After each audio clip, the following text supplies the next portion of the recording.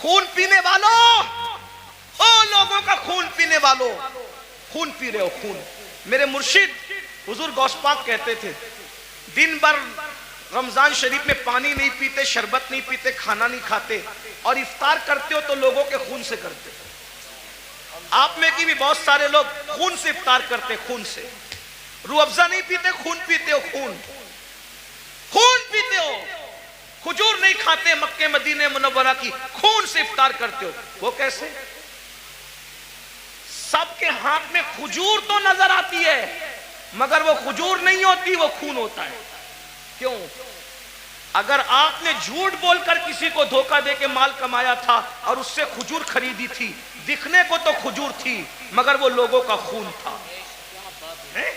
کسی کا قرضہ لے کے ہڑپ کر لیا تھا، اس سے افطار کا دسترخوان سجایا تھا، دیکھنے کو تو وہ پھل فروٹ اور روح افزا تھے مگر وہ لوگوں کا خون تھا. کب تک لوگوں کے خون سے افطاری کرو گے؟ کب تک لوگوں کے خون سے افطاری کرو گے؟ بھوکے پیاسے رہنے کے سوا کچھ نہیں ملنے والا. غوث پاک فرماتے تھے لوگوں کے خون سے افطاری کرتے. حرام مال سے افطار کرنے والے تو لوگوں کے خون سے افطاری کرتا ہے.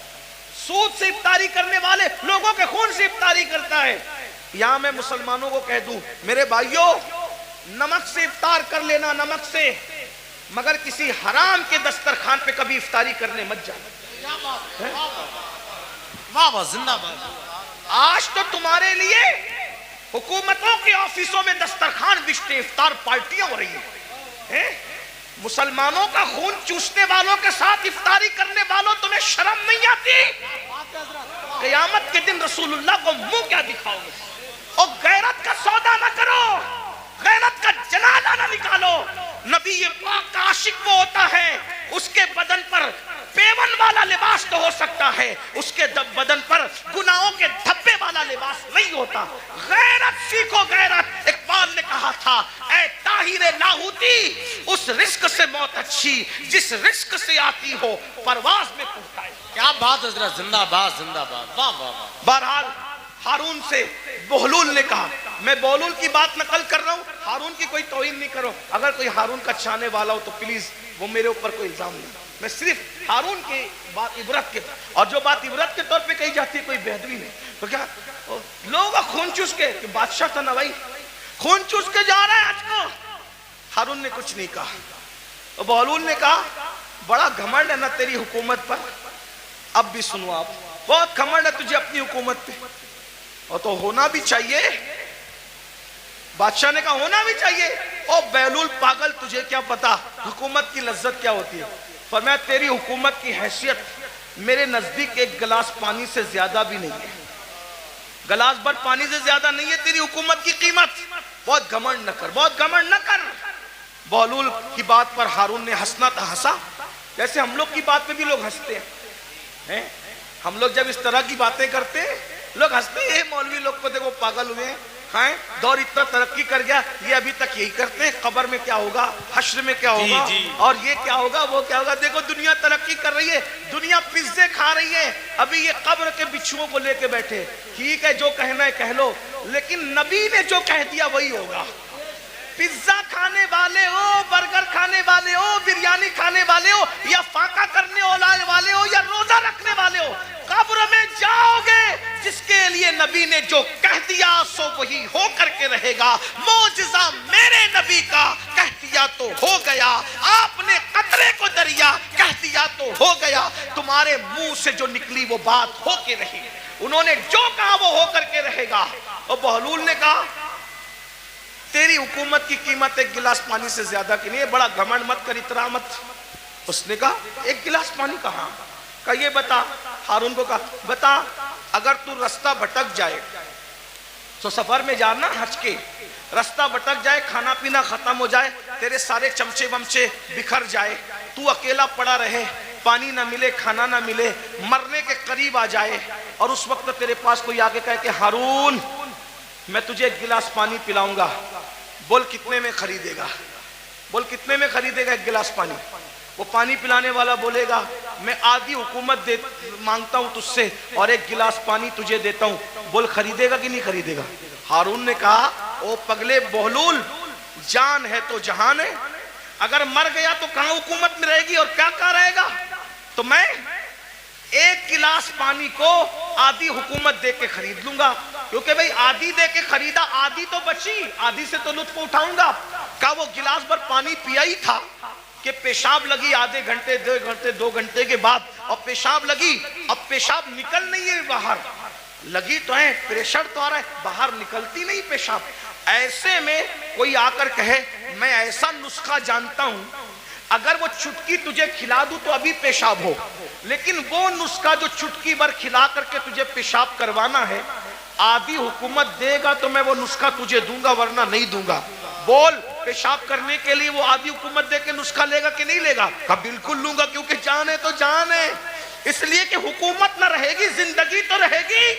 تو کہا اللہ سے ڈر، جس حکومت کی قیمت ایک گلاس پانی نہیں، اس کو تو اتنا چاہتا ہے کہ اللہ کو بھول گیا۔ بتاؤ ہارون رشید کی قبر پر کتنے لوگ جاتے ہیں فاتحہ کرنے؟ کتنے لوگ ہارون رشید کے نام پہ نیاز کرتے ہیں؟ ہارون رشید کے نام پہ کتنے لوگ جلسہ کرتے ہیں؟ کتنے لوگ جلوس کرتے ہیں؟ وہ ہے کتنے لوگ اس کی مریدی کا اعلان کرتے ہیں؟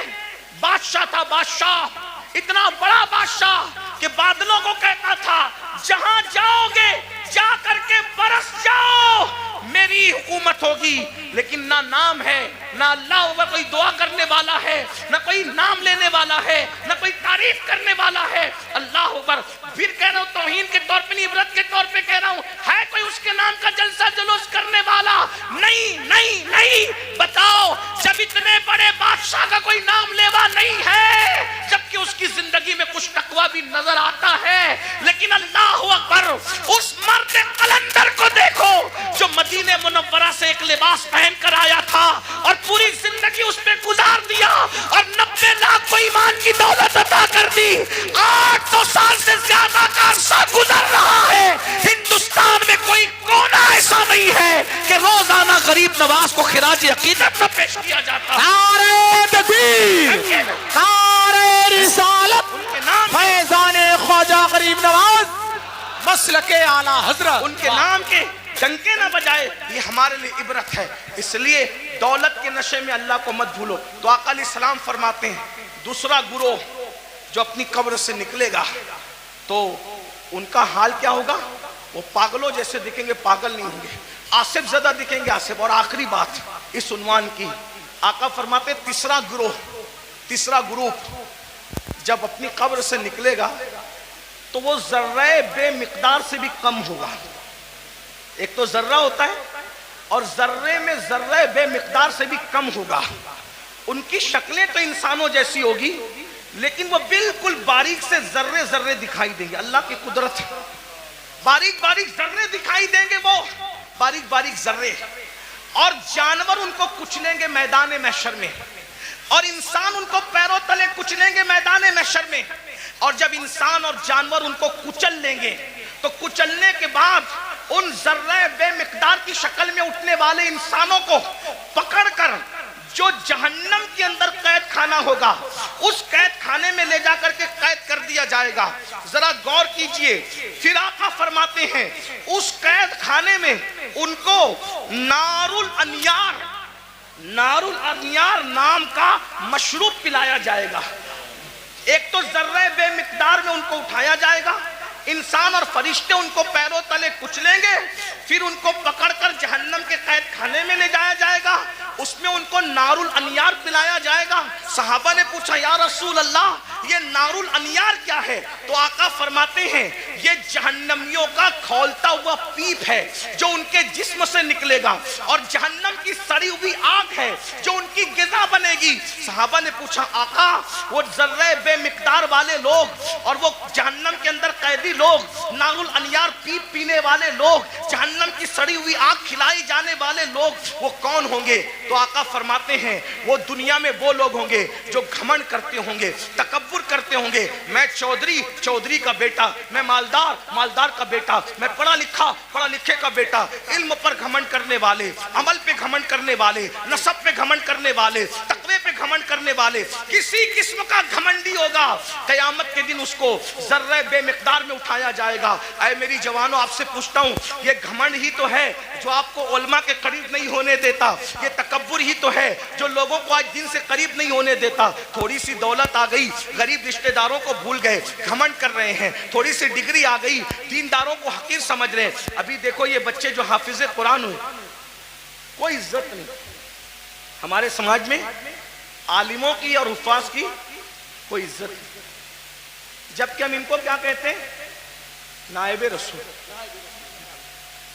کاغذ پہ قرآن لکھ دیا جائے تو اس کو سر پہ رکھا جاتا ہے، اور سینوں پہ قرآن لکھ دیا جائے تو ان کو مسجد میں وہ لوگ آ کے بات سناتے ہیں، گھر میں جس کی بیوی اس کی بات نہیں سنتی۔ کاغذ کا لکھا ہوا قرآن سر پہ ہے، سینوں پہ لکھے ہوئے قرآن کی کیا قدر کرتے؟ بھائیو، قدر کرنا سے یہ جو بے قدری علماء کی کرتے ہو، بے قدری حفاظ کی کرتے ہو، دیندار طبقے، آپ لوگ نہیں کرتے، آپ لوگ تو بہت محبت کرتے ہیں، لیکن انٹرنیٹ کے ذریعے سے آواز وہاں تک پہنچتی ہے جو گھروں میں بیٹھے ہیں، جو ہمیں سننا نہیں چاہتے۔ انٹرنیٹ کے بہت سے نقصانات ہیں، لیکن کچھ فائدے یہ بھی ہوئے کہ جو طبقہ ہم لوگ کی آواز سے نفرت کرتا تھا وہ بھی کہیں نہ کہیں چپ کے سننے لگا، اور کہیں نہ کہیں برف پگھلنے لگی۔ ہاں، یہ ہو رہا ہے فائدہ، کچھ نقصان بھی ہوا۔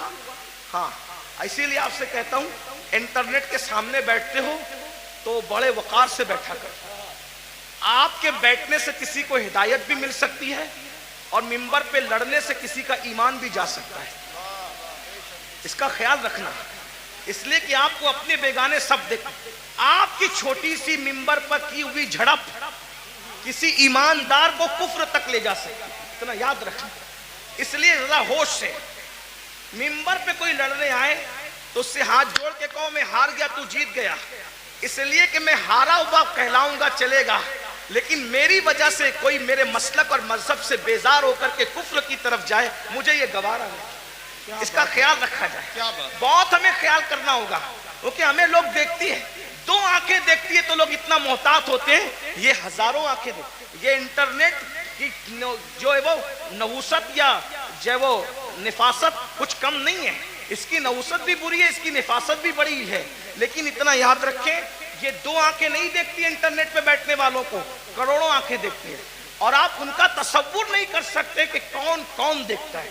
اس لیے منبر پر ہم خدا کے لیے 2 گھنٹے ہی صحیح اس طرح بیٹھیں کہ ہمارے بیٹھنے کو دیکھ کر لوگ مجبور ہو کے کہیں جب یہ اس طرح بیٹھتا ہے تو غریب نواز کیسے بیٹھتے ہیں، یہ اس طرح بیٹھتا ہے تو غوث اعظم کیسے بیٹھتے ہیں، یہ اس طرح بیٹھتا ہے تو امام اہل سنت کیسے بیٹھتے ہیں۔ یہ ہمارا انداز ہونا چاہیے، اللہ کرے ہمیں توفیق ملے۔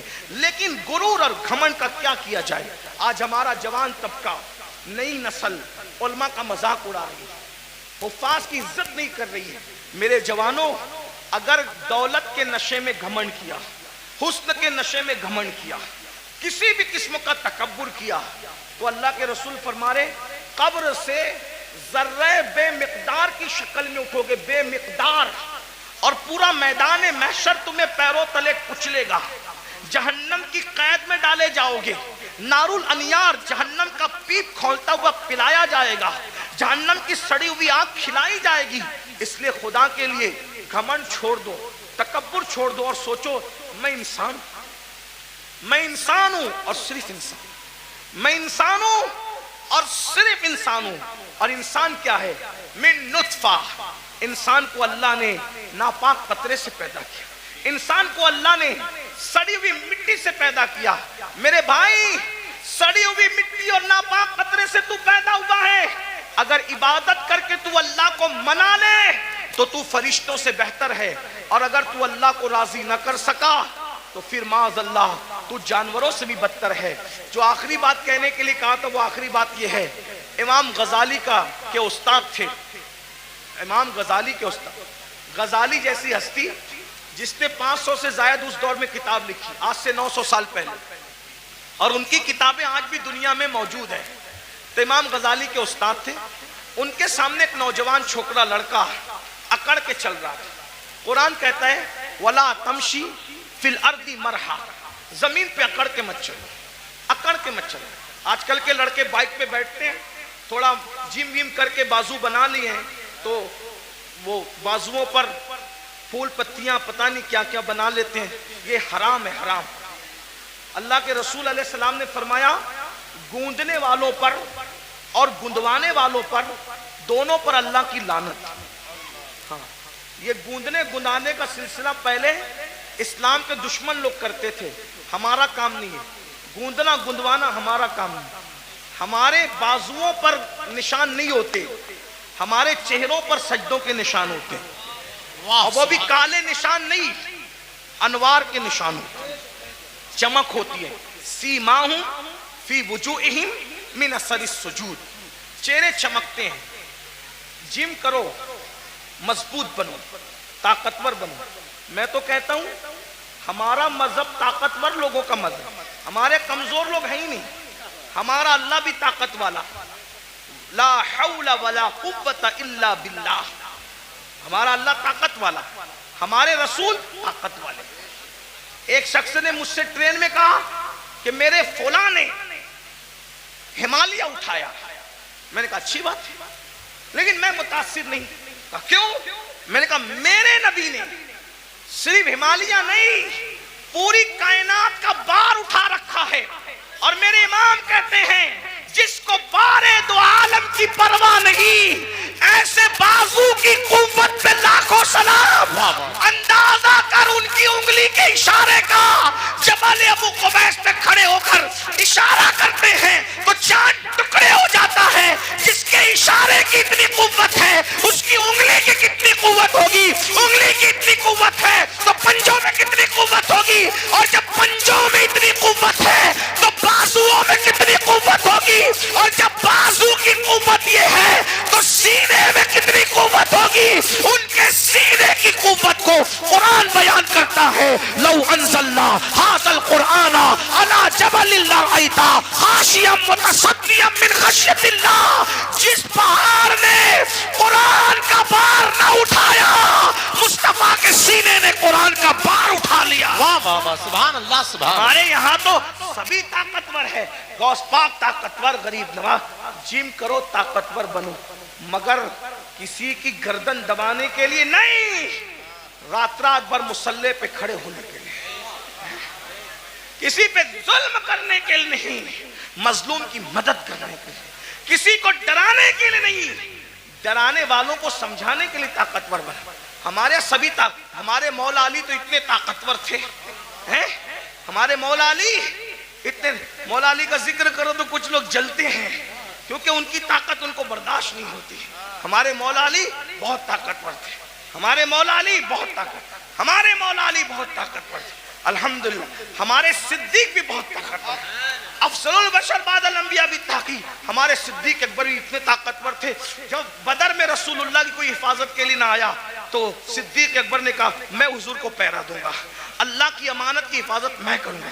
صدیق طاقتور، فاروق اعظم طاقت، عثمان غنی، مولا علی سب طاقت۔ اور مولا علی کیسے طاقتور سن لو، غور سے سنو۔ ایک دن مولا علی کی ڈھال گرا دی۔ کیا گرا دی؟ بات سمجھ میں آ رہی ہے؟ کیا گرائی؟ ڈھال۔ ڈھال کس کو کہتے ہیں؟ اب تو سیریل دیکھ کے آپ لوگ ہم سے زیادہ سمجھ گئے کہ ڈھال، پہلے سمجھانا پڑتا تھا، ابھی نہیں، اب سب کو پتا ہے ڈھال کیا ہے، تلوار کیا ہے، اور میمنہ کیا ہے، مسرہ کیا ہے، قلب کیا ہے، مقدمت الجیش کیا ہے، سب سیکھ لیا ہے۔ چلو کچھ تو سیکھا، ہم سے نہ سیکھا، کسی سے تو سیکھا، لیکن بہرحال ڈھال، ڈھال سمجھتے ہیں نا، جس پہ وار روکا جاتا ہے۔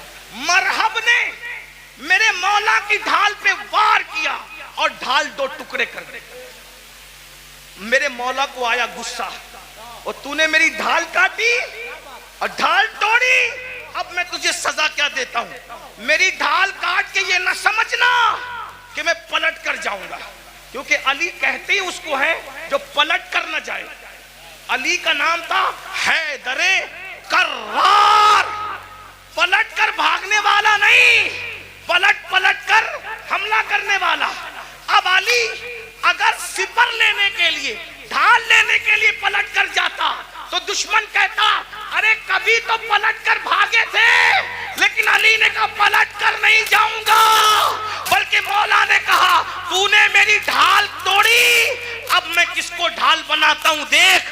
آگے بڑھے اور خیبر کا دروازہ اکھاڑ کر علی نے اسی کو ڈھال بنا لیا اور اسی کو لے کے جنگ کرتے رہے کرتے رہے کرتے رہے. اور جب اس کو اٹھا کر کے پھینکا ہے تو علی کا پھینکا ہوا دروازہ 70 لوگ مل کر بھی اپنی جگہ سے اٹھا نہ سکے. نعرہ تکبیر، نعرہ رسالت، نعرہ حیدری. کبھی دیوار ہلتی ہے، کبھی در کانپ جاتا ہے. علی کا نام سن کر اب بھی خیبر. ہم علی والے ہیں لیکن وہ علی والے ہیں جو صدیق کو افضل البشر مانتے ہیں. ہم وہ علی والے ہیں جو فاروق اعظم کو عادلوں کا سردار مانتے ہیں. ہم وہ علی والے ہیں جو عثمان کو ایک نور والا نہیں بلکہ 2 نور والا ذوالنورین مانتے ہیں. ہم وہ علی والے الحمدللہ. اور وہی سچے علی والے ہیں جو علی کو بھی مانتے ہیں اور مولا علی کی بھی مانتے ہیں. تو آخری بات جو کہنے چلا تھا کیا، وہ نوجوان پہلوان تھا، بازو موٹے موٹے تھے، گھمنڈ میں اترا کے چل رہا تھا. اللہ کو اترا کے چلنا پسند نہیں، اترا کے چل رہا تھا. امام غزالی کے استاد نے کہا اے لڑکے اترا کر گھمنڈ سے مت چل. اس نے پلٹ کر نصیحت نہیں مانی اور حضرت کو کہا آپ مجھے جانتے ہیں میں کون ہوں، آپ مجھے جانتے ہیں میں کون ہوں. امام غزالی کے استاد نے کہا بیٹا اچھی طرح جانتا ہوں کون ہے. کہا کون ہوں میں؟ فرمایا تیری ابتدا پانی کا ناپاک قطرہ ہے اور تیری انتہا قبر کی سڑی ہوئی مٹی ہے. اس سے زیادہ تیری کوئی اوقات نہیں ہے. بس میری بھی گزارش یہی ہے، ہم پانی کے ناپاک قطرے سے پیدا ہوئے. اتنا ناپاک اتنا ناپاک اتنا ناپاک، زبان حیا اجازت نہیں دیتی کتنا ناپاک، لیکن ایک جملہ حیا کے پردے میں سن لے. اتنا ناپاک ہے کہ باہر نکل آئے تو غسل فرض کر دے، اتنا ناپاک. اور قبر کی وہ سڑی ہوئی مٹی جس میں کیڑے مکوڑے ہیں، یہ ہمارا حال ہے. اگر اللہ ناراض ہے تو یہ حال ہے، اور اگر اللہ کو منا لیا تو پھر کوئی سڑی ہوئی مٹی نہیں ہے، کوئی سڑی ہوئی. اگر اللہ کو منا لیا تو مٹی نہیں، سڑی ہوئی نہیں، بلکہ انشاءاللہ کفن کو بھی مٹی کا دھبا نہ لگ سکے گا. اگر خدا کو منا لیا، آؤ آج عہد کرو. شعبان کا مہینہ چل رہا ہے، اللہ کے رسول رجب سے ہی تیاری کرتے تھے رمضان شریف کی. نیکیوں کا موسم بہار آنے والا ہے، برکت والا مہینہ. ایک نیکی 70 کے برابر، فرض 70 فرضوں کے برابر. روزہ رکھنا، گناہ سے بچنا. ایک بات یہ بھی بتا دوں، جو رمضان شریف میں گناہ کرتا ہے اللہ کے رسول فرماتے ہیں کہ اللہ اس کے 1 سال کی نیکیوں کو برباد کر دیتا ہے. رمضان شریف میں ایک گناہ، یہ کہاں سے میں پڑھ رہا ہوں؟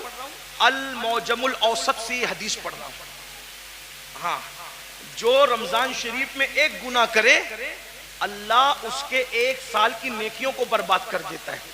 اس لیے رمضان شریف میں جہاں مسلم اکثریت ہے بڑا مزہ آتا ہے. ہمارے گاؤں میں بھی بڑا مزہ آتا ہے، 80% حضور کے غلام رہتے ہیں، مزہ آتا ہے. ممبئی میں بھی رمضان شریف کا مزہ آتا ہے، مراد آباد سنبل ادھر بھی رمضان شریف کا مزہ ہے نا. کیا بازار سجتے ہیں، کیا افطار لگتی ہے. لیکن یہ بازار ہے، اصل رمضان شریف کی بہار اس کی ہے جو گناہ سے بچ جائے، عبادت کر کے اللہ کو راضی کر لے. کیا بات ہے حضرت، سبحان اللہ. روزہ رکھنا، ہو سکے تو رمضان شریف میں تہجد، سحری کو اٹھتے تو تہجد کا اہتمام کرنا. میرے آقا فرماتے ہیں جو تہجد پڑھتا ہے، آقا فرماتے ہیں انشاءاللہ وہ بے حساب جنت میں داخل ہوگا. تو نہیں سال بھر پڑھ سکتے تو رمضان شریف میں 2 ہی رکعت پڑھ لینا، زیادہ اس کے بہت زیادہ کی ضرورت نہیں ہے، وہ بہت تھوڑے عمل پہ راضی ہو جاتے. سحری میں اٹھو جلدی سے 5 منٹ پہلے اٹھ جاؤ، وضو کرو، 2 رکعت پڑھو تہجد، دونوں میں 3 بار قل اللہ پڑھو اور اللہ سے کہو. اللہ کہتا ہے میں پہلے آسمان پہ تجلی کرتا ہوں، پہلے آسمان پہ رات کے آخری حصے میں تجلی کرتا ہوں اور کہتا ہوں مانگ کیا مانگتا ہے، جو مانگے گا تو جو مانگتے ہو. لیکن اس وقت سحری میں آپ کیا کرتے ہیں؟ اس وقت بھی آپ لوگ اس وقت بھی آن لائن رہتے ہیں، ضرورت کے تحت رہتے ہو، اچھی بات ہے. اس وقت اللہ فرما رہا ہے مانگ میں دوں گا، آپ آن لائن ہو. افطار کے وقت تو آواز آ رہی ہے جو مانگے گا دوں گا، آپ آن لائن ہو. رمضان شریف کا فائدہ اٹھاؤ. 1 بار درود شریف پڑھو، 70 بار درود کا ثواب. رمضان شریف کے لیے تیاری ابھی سے توبہ کرو، استغفار کرو، آج سے پہلے جو ہوا، جو گناہ ہوئے سب سے معافی مانگو، توبہ کرو اور نماز کے پابند بنو۔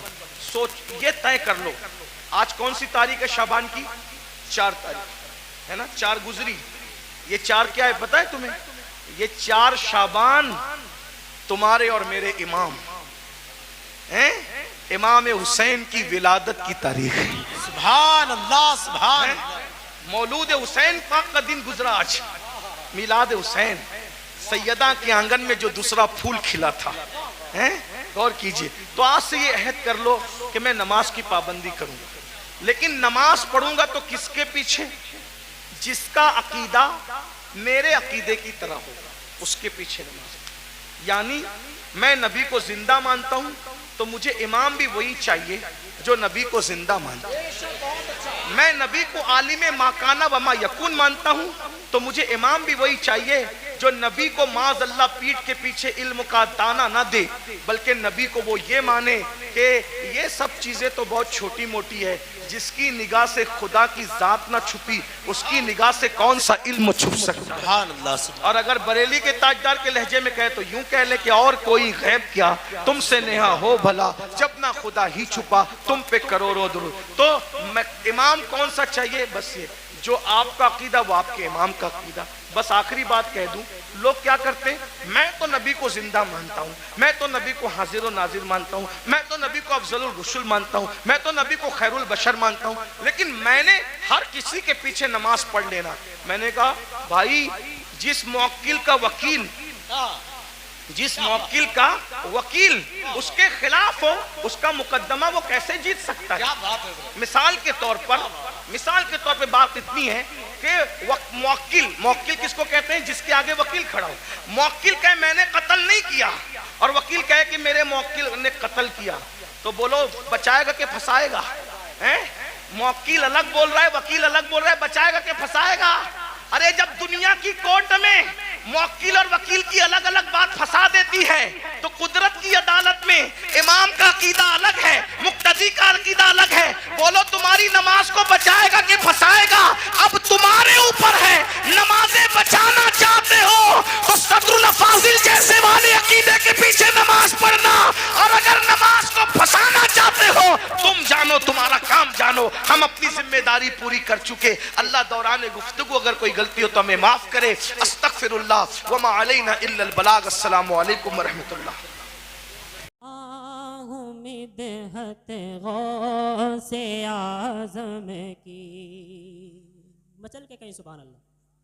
بہت اچھا کلام ہے، اگر سنیں گے تو انشاءاللہ لطف آئے گا۔ ذرا مسکرا کے کہیں سبحان اللہ، ہاتھوں کو بلند کر کے کہیں لبیک یا رسول اللہ، لبیک یا رسول اللہ۔ ابھی آپ حضرات اتنے خاموش کیوں بیٹھے ہیں؟ ذرا مچل کے بولیں لبیک یا رسول اللہ۔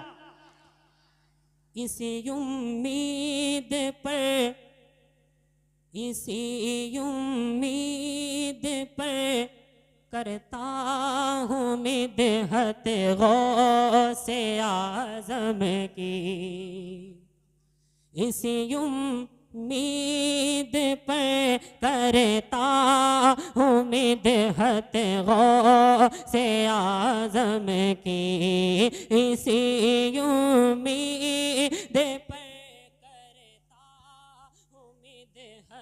غوث اعظم کی، اسی امید پر کرتا ہوں مدحت غوث اعظم کے، اسی امید پر کرتا ہوں مدحت غوث اعظم کی، اسی امید کرتا ہوں مدحت غوث اعظم کی، کسی دن خواب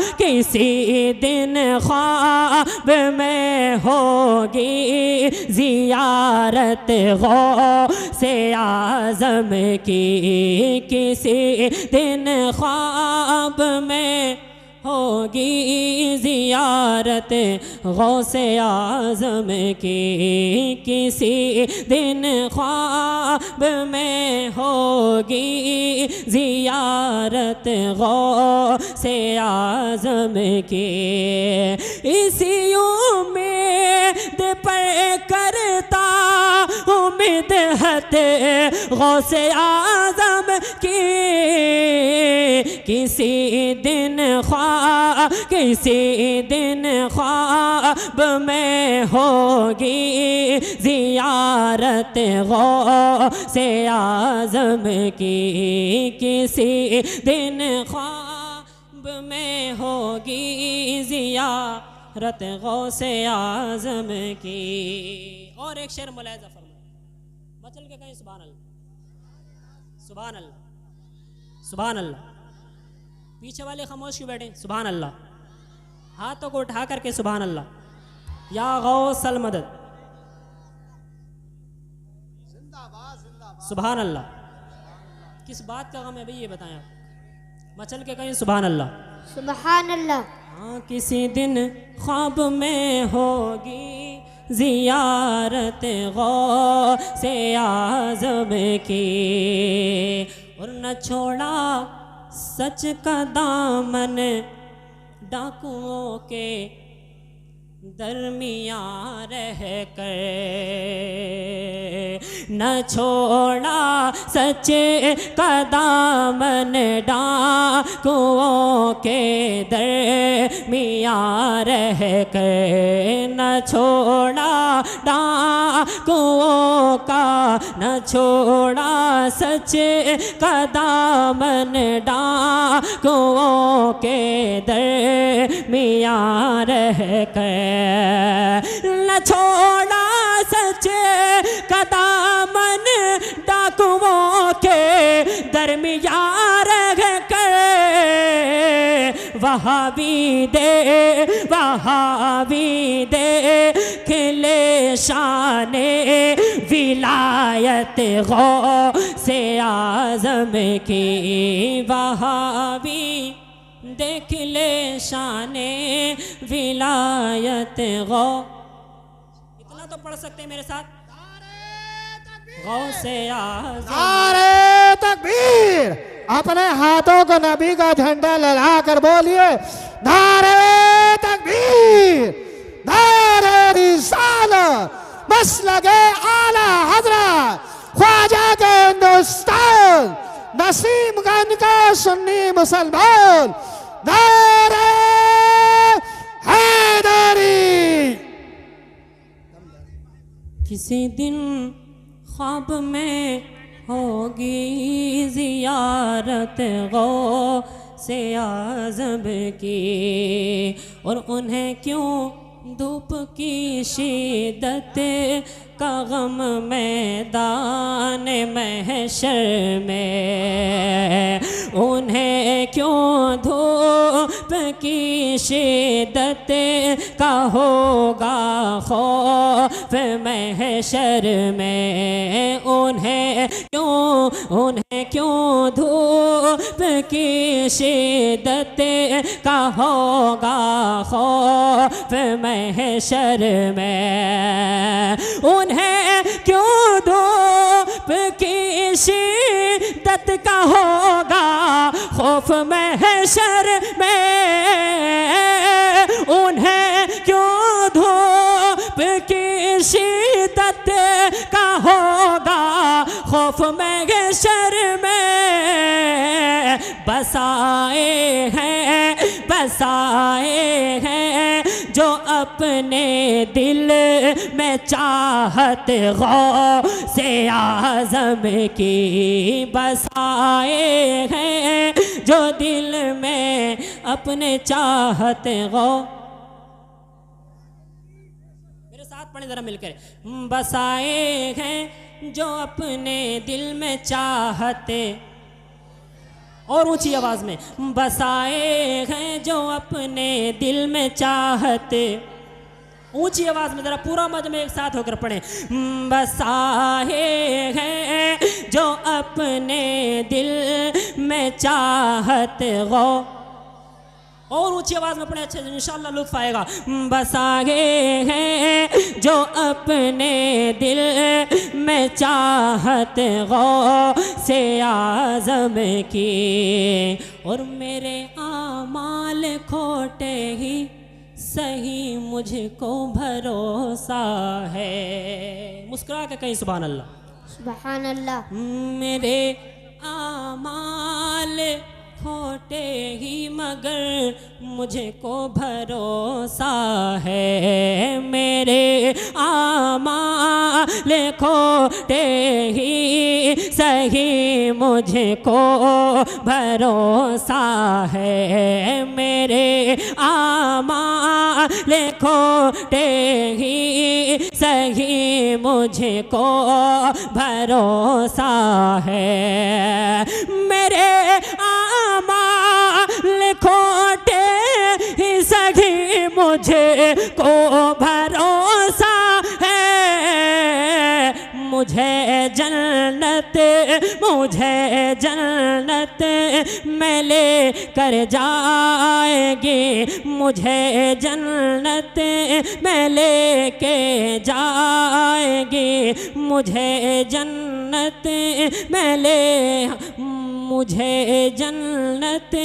میں لے جائے گی الفت غوث اعظم کی. میرے اعمال کھوٹے ہی صحیح مجھے کو بھروسہ ہے.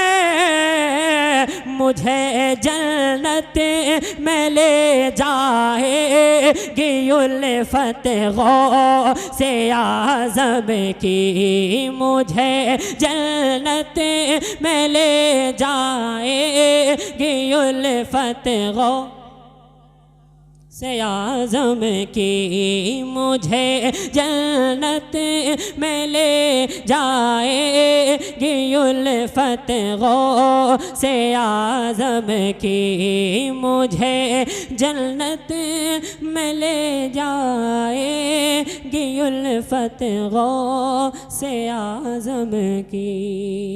السلام.